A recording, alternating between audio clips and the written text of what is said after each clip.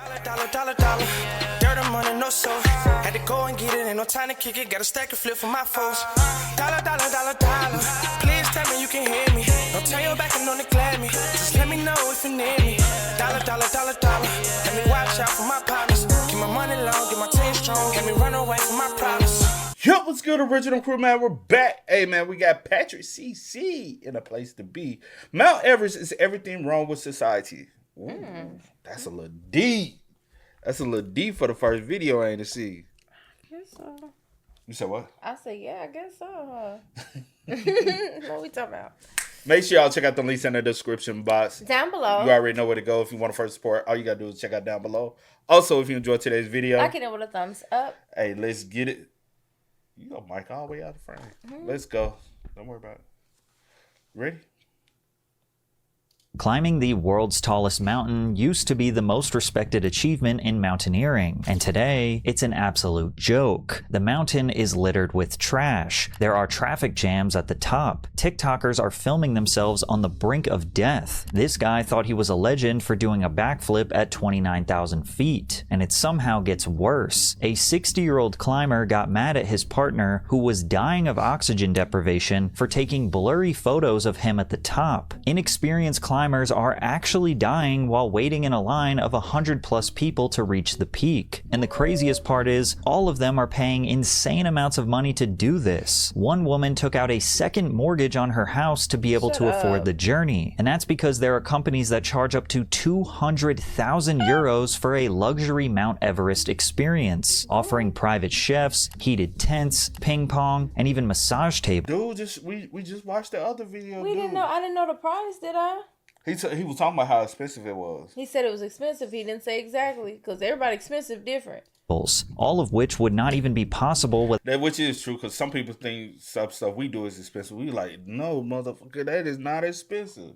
Especially I'm talking about people back home. They be like, man, that's a lot of money. Y'all do. I'm like, it's not expensive. Because I'm thinking, okay, maybe like $10,000 would be expensive. Was expensive. Yeah. I'm thinking that's because he kept saying, he never said, I don't remember him actually saying the price, but that was expensive to me if it was that amount, like in my head, because I was going higher than that. But also, this is nothing I would ever want to do. I don't have a desire to do this. So any amount would be expensive to me. Out of my price range. Without the native people, aka Sherpas, who are the only people that can actually survive the extreme climate on the mountain. These locals have went from being expert guides to overworked and underpaid workers that are dying so someone else can get bragging rights online. Before I researched this video, I knew it was bad, but I had no idea it was this bad. There's a dark side of Mount Everest that is only getting worse every year, and once you understand what's really happening up there, it completely changes the way you look at the tallest mountain in the world. Starting with the only people worthy of praise for climbing Everest, the Sherpas. Sherpas are the people that migrated from eastern Tibet to the Solu Khumbu district of Nepal centuries ago. After generations of settlement, they had biologically adapted to a harsher climate where most Westerners can barely breathe. Located on the border of Nepal and Tibet, Mount Everest sits at an elevation of 8,948 meters or 29,031 feet. For perspective, that's about 20 to 26 Empire State Buildings stacked on top of each other, depending on where you measure the top, or for fun, it's about 5,696 Danny DeVitos tall. Most humans around the world are biologically unable to survive at that elevation, but when scientists were able to study the Sherpas, they quickly proved that they had superior genetics. Interesting differences showed up in the muscle cells of the two groups. In the muscles of the Sherpas, the study found the cell's mitochondria, the energy-producing parts, converted more oxygen into energy. The Sherpas' mitochondria were less leaky and therefore more efficient than Westerners' mitochondria. In layman's terms, they were better at using oxygen. During the climb, Sherpas are the ones maintaining the ropes, checking anchors, and are able to use more energy to make split-second decisions to prevent mountaineers from dying, which is how the very first summit was actually possible. New Zealand mountaineer Edmund Hillary and the native Sherpa Tenzing Norgay finally became the first men to summit Mount Everest in 1953. Hillary admitted that none of it would have been possible without Norgay and his natural ability to physically use less oxygen in times of crisis. I was leading down the icefall, and when I was crossing a crevasse, a large lump of ice gave way on which I was standing, and I set off down a crevasse. Well, Tenzing, who was following, had the rope tight in a very short time and pulled me up, so I didn't go very far. When people saw the successful Hillary and Norgay expedition, they couldn't wait to be the next people to reach the top. Mountaineers Ernst Schmid and Jurig Marmot used the same route as Hillary and Norgay along the southeast ridge, and their climb to the summit was successful. But what these pioneers never expected was that this route along the southeast ridge would one day become as crowded as the lines to get on amusement park rides. Everyone understands that climbing a mountain is dangerous, but I think we need to remind these tourists and TikTokers who aspire to climb Everest how this thing is a literal death trap, and that multiple people actually die every year on this journey. It all starts in Lukla, Nepal, a mountain town with an airport smaller than a football field that tourists from around the world fly into to start their trek. The hike from Lukla to the Everest base camp will take more experienced mountaineers around 4 to 7 days, but for the slower and less experienced, it can take as many as 7 to 14 days. Luckily, along the way, there are beautiful mountain towns and villages with friendly locals. This isn't even the beginning of the true Everest climb, and yet most people will experience the brutal side effects of minimal oxygen at higher altitudes. One previous trekker wrote, "Over 5,000 meters you're out of breath, even going up a couple of flights of stairs. It feels like hiking with the worst hangover you've ever had. Headaches, nausea, dizziness, and blurred vision." YouTuber Madison Clydesdale talked about getting sick halfway through the hike to base camp. It's day 4. Last night I got really sick from, I think, altitude sickness, but it also could have been the pasta that I ate. So I did have to take some Diamox, which is the altitude sickness pill. And once you start taking that, you have to continue the entire time until you've gotten back down to a lower elevation. The reason it takes so long to reach base camp is not necessarily because of the distance, but rather the required exercises called acclimatization rotations, which are basically just trekkers staying multiple nights in these mountain towns so their bodies can adjust to the altitude. Once a climber reaches base camp, they will be breathing in about 50% of the oxygen they would be at sea level, and this is where the extreme danger begins. First, they must consider that at any point there can be an avalanche, falling rock, or horrible weather that can kill them. Next to camp is the Khumbu Glacier, which shifts around by several hundred meters every year, which means the trail to the summit is never exactly the same. So they go in with a plan, but they must be ready to adapt. After base camp, the climbers are immediately confronted with the most dangerous physical obstacle on the mountain called the Khumbu Icefall. It's where you'll find the highest concentration of these extremely deep crevasses that require temporary bridges made out of ladders to cross.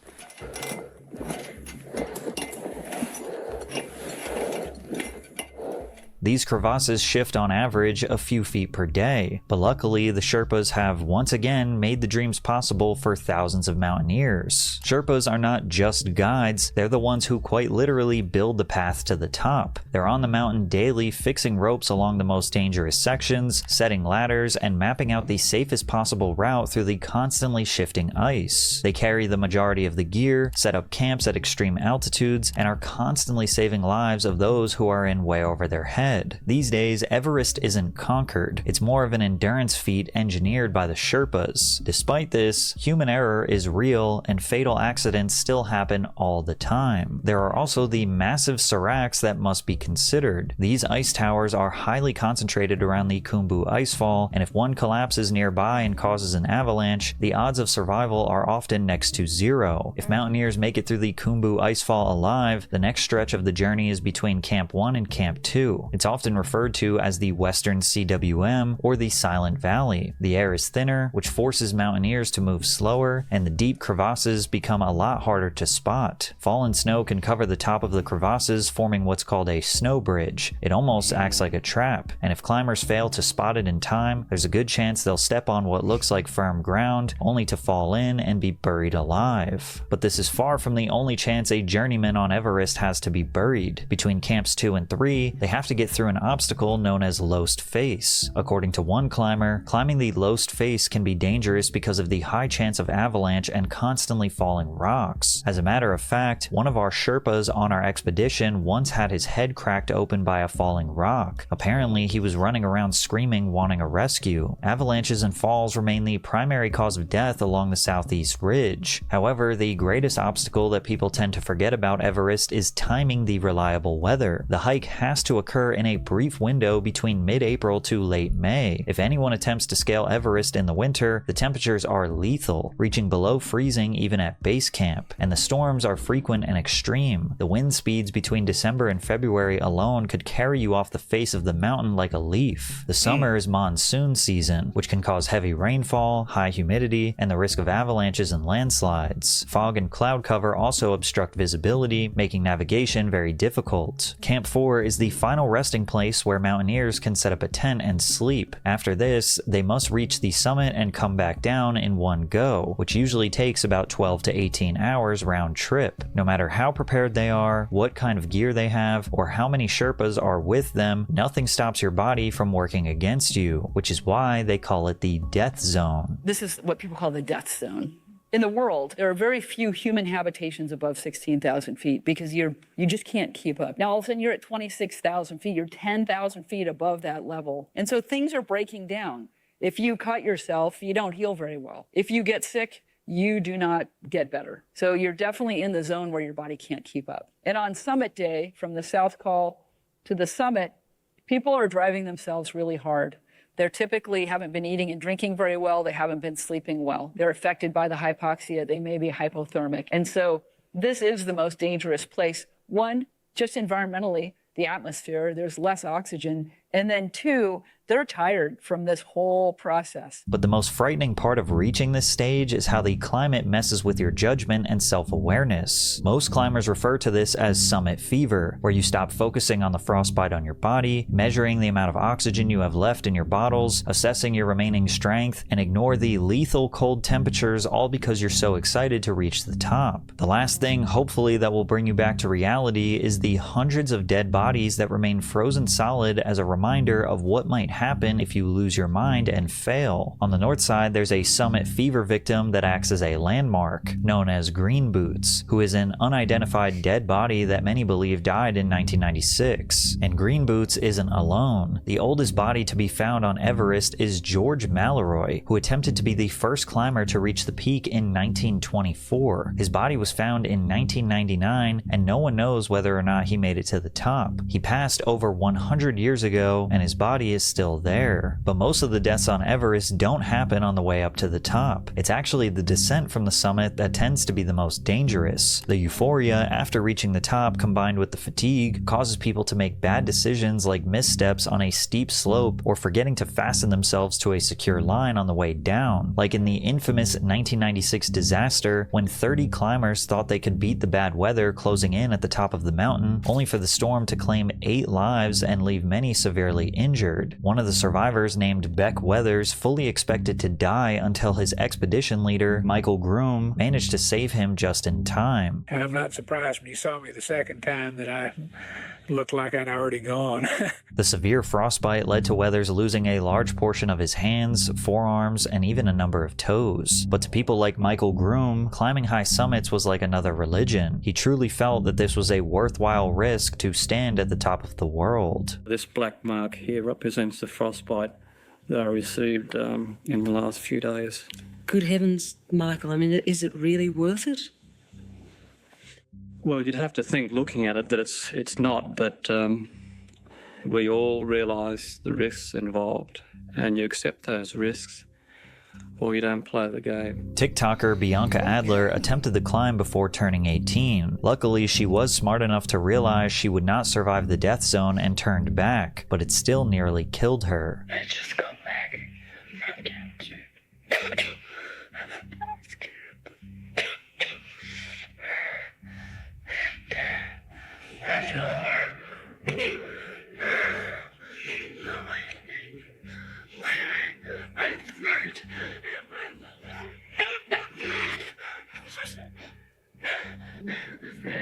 Her video racked up tens of millions. Ain't no way in hell this shit worth it. Like, my thing is, especially if you're not already an outdoorsy person, already like do hiking at like top tier levels. Like, it's other things out like height and experience as far as elevations, just so I can already be used to doing that before I even go to Everest. She's not even 18 yet. I wonder what, like, I don't know her content. Yeah.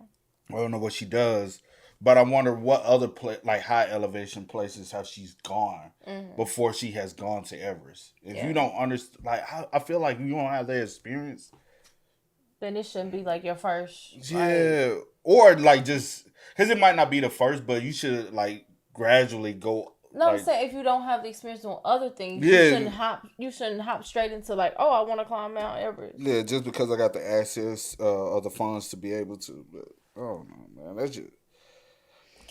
Yikes. I ain't gonna lie. That just never mind. That just ain't for me. The views on TikTok, but people weren't exactly sympathetic. It's hard to feel bad for people who climb Mount Everest. Mind you, she paid for this. Rich people problems. Being poor has saved me yet again. But Bianca is definitely not looking for sympathy. As I speak right now, she is attempting to summit the mountain once again. Now, very rarely, there are people who complete a successful summit without serious injury that are not entirely delusional. The famous survivalist Bear Grylls climbed Everest at just 23 years old. He's put himself in more dangerous experiences than most people, but he always seems shaken whenever he talks about how he barely escaped the mountain with his life. 2 Russians and a Brit and a New Zealander from other teams, but they're on the mountain at the same time and never came back. And I remember with their teammates, afterwards, just them in tears and sitting with them, and it definitely made me question a lot at the time, is any mountain really worth a life? Of which the clear answer is no.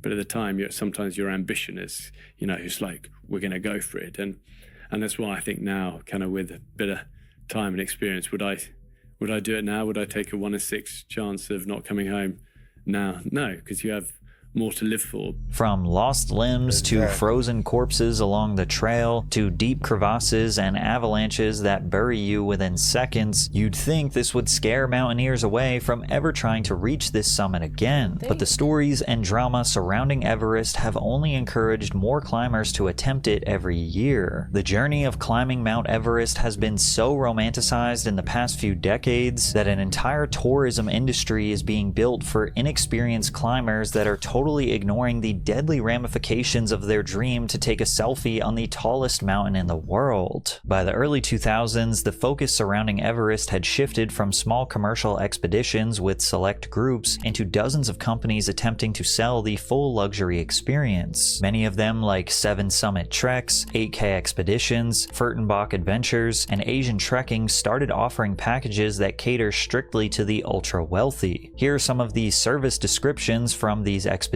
companies. A certain level of comfort and luxury, like Western chefs, heated lounge tents, roomy member tents with real beds, a zero carbon footprint, or our own team doctor are an obviousness for us. Serving you champagne is easy. If you look at Furtenbach Adventures base camp setups, it looks more like glamping than the world's most dangerous climb. They even have hot water showers. Their most premium experience package will cost you 200,000 euros, which is nearly $250,000. But the company climbing the 7 summits takes it a step further. Our spa is fully stocked with a massage table, heater, electric blanket, relaxing music, and of course our very talented massage therapist to help cure the aches and pains from upper mountain climbing exclusively for our CTSS team. Tents are 20 feet by 14 feet and come fully equipped with a queen-sized bed with electric blanket, heating, satellite TV, in-suite bathroom, an entryway to store your duffels, lighting, charging.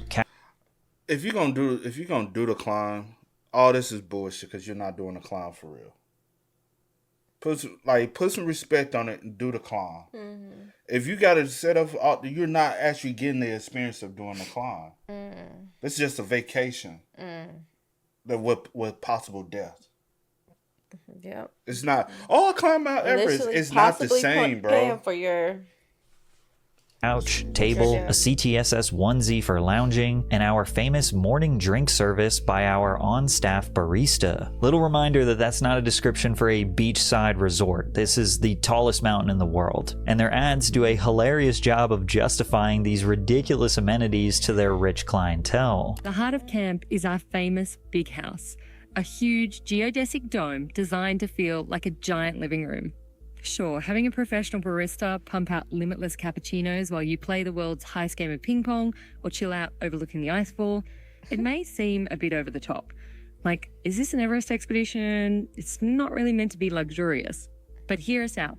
Because while you may think we're being soft, all of this is actually highly strategic. And yet, the marketing is working. Everest has become a multi-million-dollar cash cow, but the luxury offerings have misled people into thinking they're capable of doing the impossible. According to 3 university professors studying Everest's relationship with the tourism industry, sleeping in heated tents, not preparing their own food, or helping to move equipment does not test mental and physical fitness in such challenging environments. Pushing to the summit may put their own lives and the lives of other climbers and rescue teams at risk. Without all of the extra work people traditionally did at base camp testing their strength before the ascent, many unprepared climbers started marching to their deaths. Like 34-year-old English hiker David Sharp, who made his ascent up Everest from the Northeast Ridge. Receiving initial assistance with Asian trekking, Sharp felt like he could make the rest of the ascent up Everest on his own in what's called an unguided climb. He refused to seek the assistance of Sherpas and only took 2 bottles of oxygen for the ascent, but by the time he reached the death zone, Sharp was reportedly crawling, on the verge of total exhaustion. Over 40 climbers passed him as he settled into Green Boots Cave, slowly dying from the lack of oxygen until he eventually perished. It was one of the first widely publicized critiques of the larger commercial expeditions. Even Edmund Hillary was reportedly outraged about the mismanagement and neglect of a fellow mountaineer. But Sharp wasn't the only tragedy. Out of the 200 summits on both major sides of the mountain, 12 were found dead. But the details surrounding Sharp's death are slightly disputed. Many have pointed out that some Sherpas actually made their way to Sharp's location to supply him with oxygen, but he allegedly refused to move and only wanted to sleep. There's only so much someone else can do to help someone in the death zone. It's not like you can literally drag them down the mountain, and you definitely can't rescue them with a helicopter. Sharp's death serves as a warning about unguided climbs without Sherpas. Then again, Sherpas are not invincible either, and guiding inexperienced climbers has only increased their risk of death. Sherpas are starting to be seen more by paying customers as service workers rather than expedition partners. In 1992, for example, when the first commercial mountaineering expeditions on Everest began, 22 Sherpas and 65 paying mountaineers summited, 1 Sherpa for 3 clients. Nowadays, 2 or even 3 Sherpas for each member of a commercial expedition is common. One YouTuber even explained how his guide was doing all the work for him so they could move faster. And he was going fast.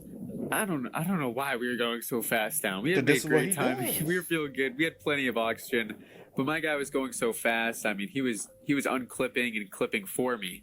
I didn't even get the chance to clip my own carabiner, but hey, you know what? Because at this point, is they looking at it like, come on, bro, just come and go, bro.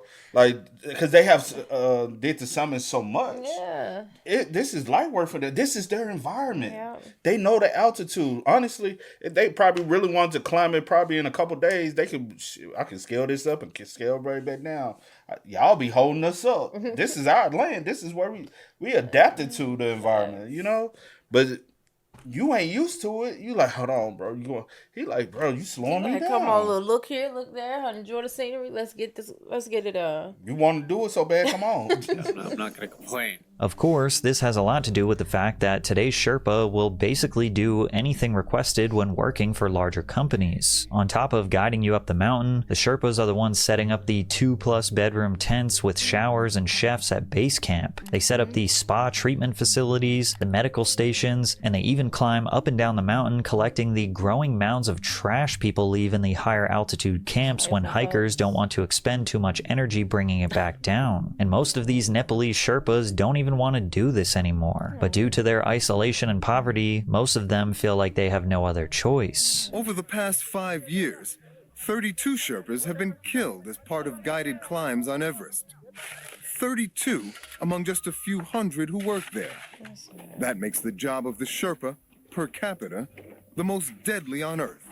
Why would anyone do such dangerous work? The thing is that there's no option. There's no choice. There's no other work? No other work. What percentage would you say would rather not be here risking their 80 to 90%. Easy. 9 out of every 10 Sherpas would rather not be here. Yeah. It's sad. And as a result, every spring season leads to more and more Sherpas carrying unnecessary luxury supplies to different camps along Everest, risking the possibility of death. In 2014, dozens of Sherpas were transporting supplies from base camp, only for 16 of them to be buried after a fatal avalanche. According to the Himalayan database, the ledger keeper of the human death toll in mountaineering, 132 climbing Sherpas have perished on Everest slopes, 28 in the past decade alone. Additionally, while the foreign climbers pay over $50,000 per climb, a climbing Sherpa will usually make between $2,000 to $5,000 per season, leading multiple climbs. But the Nepalese government... What the fuck? So hold on. They the ones who doing all the hard work. These people pay 50 and upwards now for the climb. You telling me that's all they making for the whole season? Like, this a yearly salary from doing this. This ain't even per climb, bro.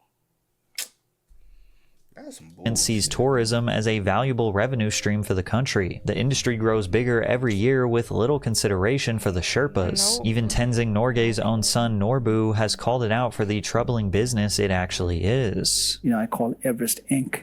Everest Inc. Everest Inc. You know, it's a cash cow. What do you think your father would make of it, Everest in 2018? You know, if he were alive today, I don't think he would recognize the mountain, and, you know, if anything, he might feel sorry that he actually climbed it. But the worst part of the luxury marketing and Sherpa exploitation is that it's attracted more and more of the wrong types of people interested in climbing Mount Everest, which is why you see numbskulls like this doing backflips at the peak of the mountain. Good morning for the top of Mount Everest. You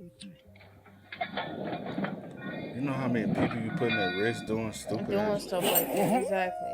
Sherpas saying to themselves, if you had so much extra energy, why am I carrying your Everest's continued popularity has led to some of the most disturbing and honestly embarrassing stories the mountain has ever seen. In 2012, a Canadian woman named Shreya was desperate to make her way up to the Mount Everest summit in the middle of a poor climbing season. Ironically, she was born in Nepal, near Everest, but spent most of her life in India and finally Canada. However, when her father flew her up in a helicopter as a child to see the top of Everest, she became convinced it was her destiny to reach the summit on her own 2 feet. But regardless of her Nepalese heritage and patriotic ambitions, Shreya was not a professional climber. Her training leading up to Everest was rock climbing at her local gym, martial arts, and carrying a 44-pound backpack for 11-mile runs in cold weather. These were impressive fitness regimens, but using it as training for Everest is like saying daily walks in your neighborhood qualifies you for an Ironman challenge. Wearing rented gear and posing in front of a green screen for a fake Everest photo, Shreya created a website to ask for donations to fund her journey. This is my dream and passion, and I want to do something for my country. Nothing is impossible in this world. Even the word impossible says, I'm possible. You'll find this is extremely common for people who want to climb Mount Everest. This is their big dream, this is their magnum opus, and they expect people to care. And to no surprise to all of us, nobody donated to Shreya to help her achieve her dream. So she convinced her husband to pull out a second mortgage on their home to sign with Utmost Adventures for $40,000. She went to base camp and hoped to learn enough mountaineering skills during acclimatization, except she had trouble putting on her crampons, which were the modernized version of hobnail boots that helped climbers grip the ice and snow. These are like day one, elementary, basic level skills that a mountaineer should have. Her inexperience was so evident that her tour leader actually attempted to scare her away by saying that her attempts to summit would lead to certain death. Plus, her delusion would also put her climbing partners' lives in jeopardy. Exactly. But it only got worse when Shreya didn't account for something that had been growing over the last decade on Everest. As more people were attempting to reach the summit, in addition to poor weather conditions, traffic jams at the top began to form. It was a new phenomenon where too many people would try to reach the summit when the weather had briefly cleared up. An estimated 150 climbers tried to reach the top Friday and Saturday as they rushed to use a brief window of good weather in an otherwise troubled climbing season. Many had been waiting at a staging camp for several days for their chance to head to the summit. Most people die on Everest because of the queues to the summit. Really? Because it's so oversold, despite it being like £100,000 to... You're paying all this money, you have to live on the mountain for 3 months to acclimatise. and then there's a chance that you may not do it. When Shreya was reaching the summit, she was showing levels of hypoxia that caused a number of Sherpas to advise her descent. Sherpa Takuri says he begged the Toronto woman to turn around, telling her that she'd already been up in the death zone too long, and warning that the weather was turning. Shreya shook him off. She was saying, "I don't want to go back. There's no way. I'm going to the top." The climbers are technically supposed to formally agree to listen to their guides, but people's own egos can lead to their demise. The problem is that if she doesn't listen, there is no way we can carry her down. Takuri says matter-of-factly, she wasn't the only one to ignore his advice. A 16-year-old Nepali girl and a Swiss man also opted to continue. Sadly, the Sherpas would be proven right when Shreya lost her bearings during the descent and slowly started to die. She decided to rest in the death zone, and I think we know what happens when you rest in the death zone. Her retrieval was determined to be too dangerous to attempt, and she died wrapped in the Canadian flag. A PhD in counselor education and supervision, Dr. Todd Grande, outlined overlooked problems of inexperienced and, quite frankly, unwealthy people attempting the climb. The decision to borrow money put her under a tremendous amount of pressure to succeed. Perhaps she thought that if she failed, she would never get another opportunity to climb the mountain. She was going to need years just to pay off the debt from the first trip, especially considering how the interest would accumulate. By the time she reached Nepal, she had already made up her mind that she was going to stand on the summit of Mount Everest or die trying. Nothing else mattered to Shreya. Her life did not matter. Other people were expendable as well. Making it back down the mountain was not her area of focus.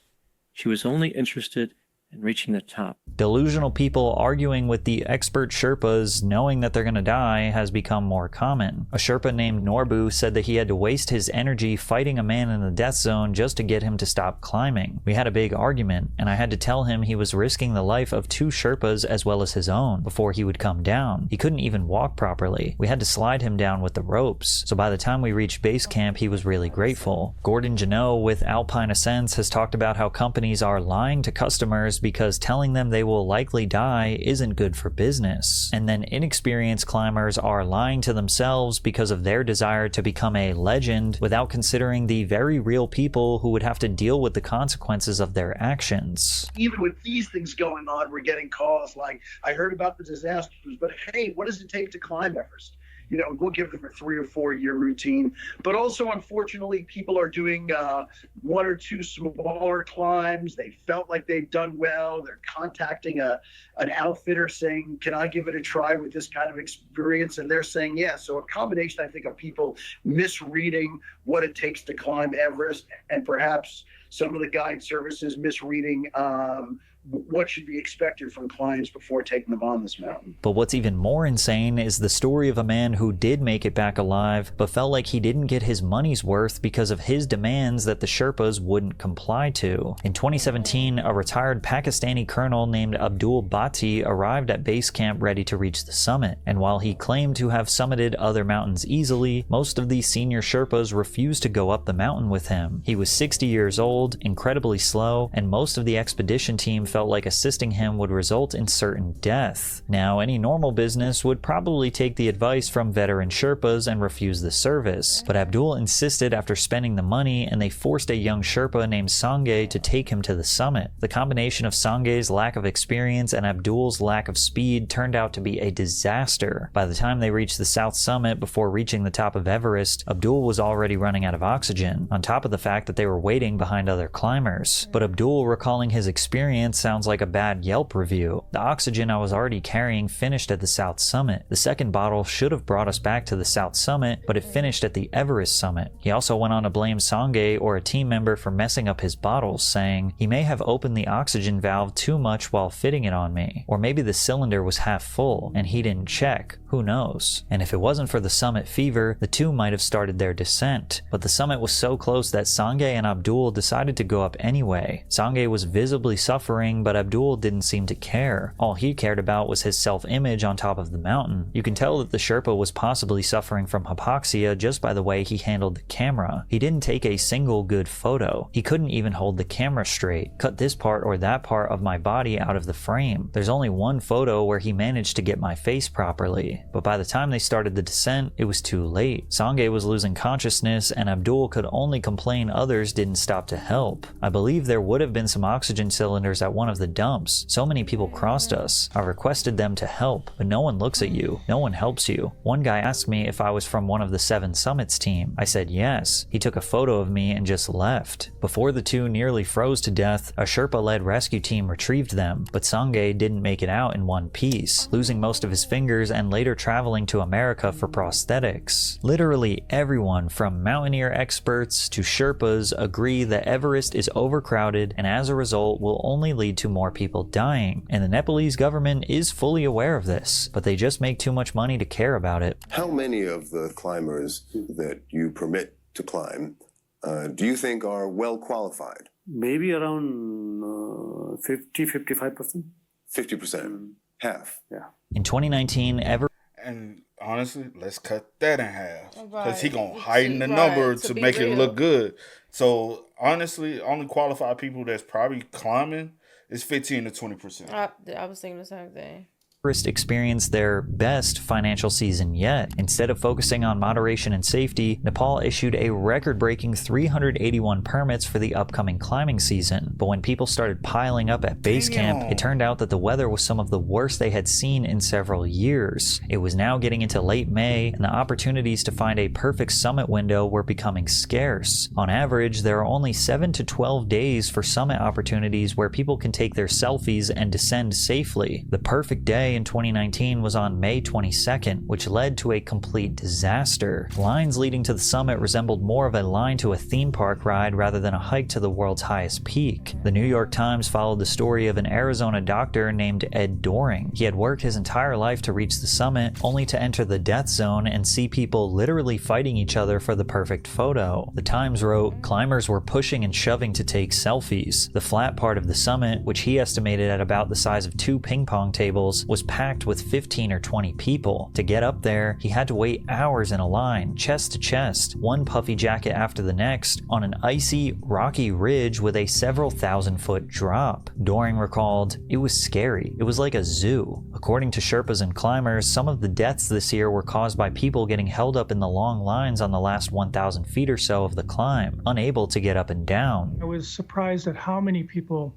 were, above 26,000 feet and were obviously either not fit or not experienced and probably shouldn't have been there. Doring witnessed firsthand the deadly combination. And I certainly wasn't prepared to pass dead bodies that were attached to the safety line. Everest veteran Alan Arnett. See, that's another thing I'll be thinking about, though. Like, there's so many dead bodies just laid out there. Yeah. How are you so comfortable? I can walk past these dead bodies and not feel nothing, not think about nothing. And like, as long as I make it to the top so I can get my photo and be able to tell everybody. It ain't like you did the real work, man. The real work is done by the Sherpas. Yeah.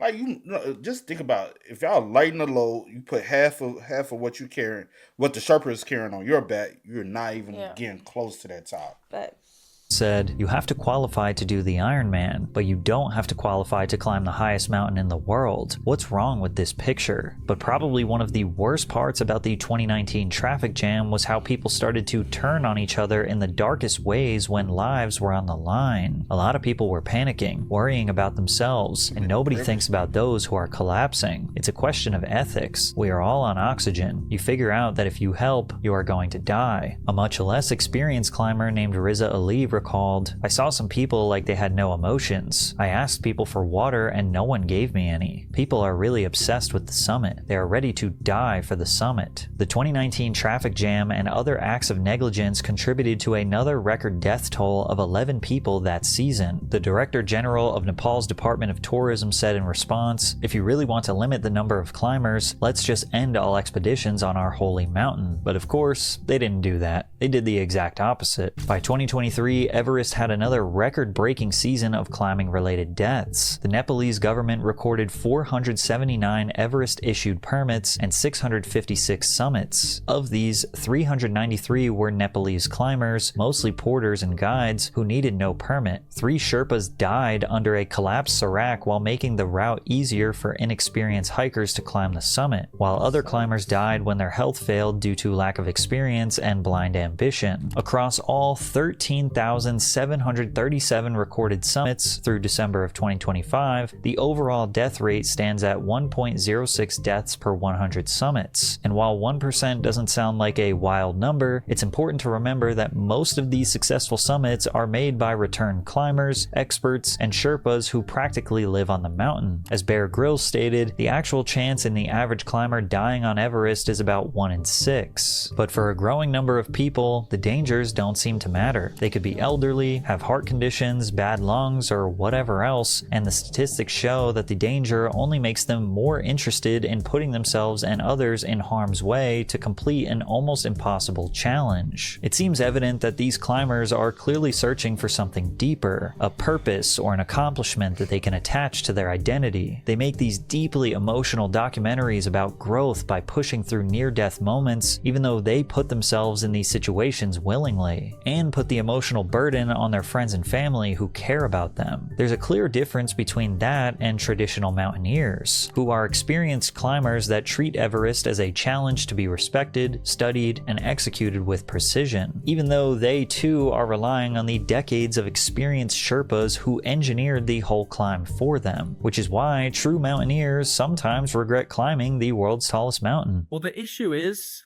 that it's the same thing as the mountain that I was on. I'm just walking up these mountains because they're guided. You really don't need to know a lot of technicals. It's pretty not easy. It's very hard and it sucks. Like a lot of them just suck to do. But so much of the work, like the technical work, making the food, setting up the tents, rope work is all done by the guides. Like you don't even have to dip your toes into the realm of real mountaineering and alpinism to do some of these things when they're guided.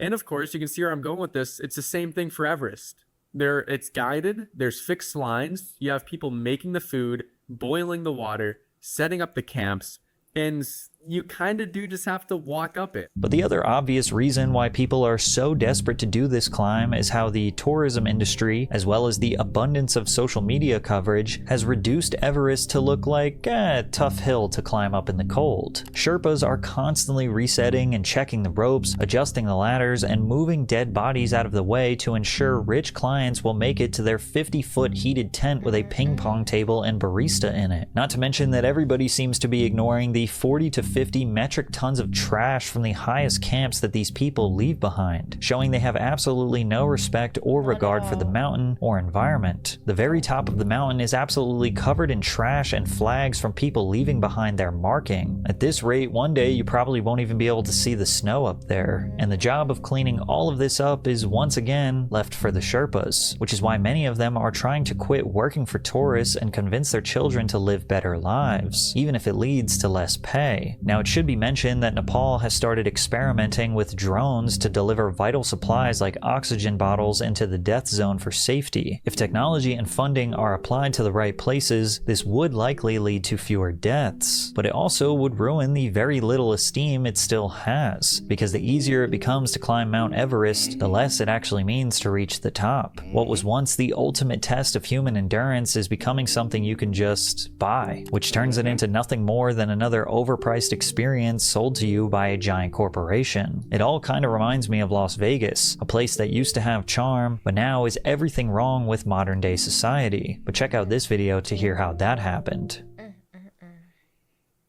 I really feel bad for like the Sherpas and stuff that's having to put their life at risk for all these people, especially like, you know, inexperienced people and stuff like that, or people that for their bragging rights. Just hey, let me get my selfie. Let me like I climb Everest, guys. I really climb Everest. You ain't did shit. Yeah. Like, it's just sad that they're having to put their life at risk. I guess for the enjoyment of others, or whatever the case may be. But it really does suck though. And then just to hear and see how people like act. Like, you know, just treat each other and just how they just, you know, or just treat the environment. Like, it's just. I wonder how many dead bodies really up there still. Because I know they said, like, it's at a point where it's really, like, some bodies are damn near impossible to remove because they're, like, they're frozen. Yeah. And it'll put more people in danger to try to remove them opposed to just leaving them there. Yeah. But I would hate to be left there and like I don't have a proper burial. I guess that is your proper burial because you chose your burial. Yeah. Damn. When you think about it like that, that's crazy. Yeah, because you know the risk. They tell you. They tell you straight up. Y'all spam us up. Y'all let us know y'all thoughts in the comments for us down below, man. But until next time, y'all know how it go, man. I do go by the name DJ New Kid. This is Sierra Nicole. We are. Kid and C. We out. No time to kick it, got a stack of flip for my folks. Dollar, dollar, dollar, dollar. Please tell me you can hear me. Don't turn your back and don't neglect me. Just let me know if you need me. Dollar, dollar, dollar, dollar. Let me watch out for my partners.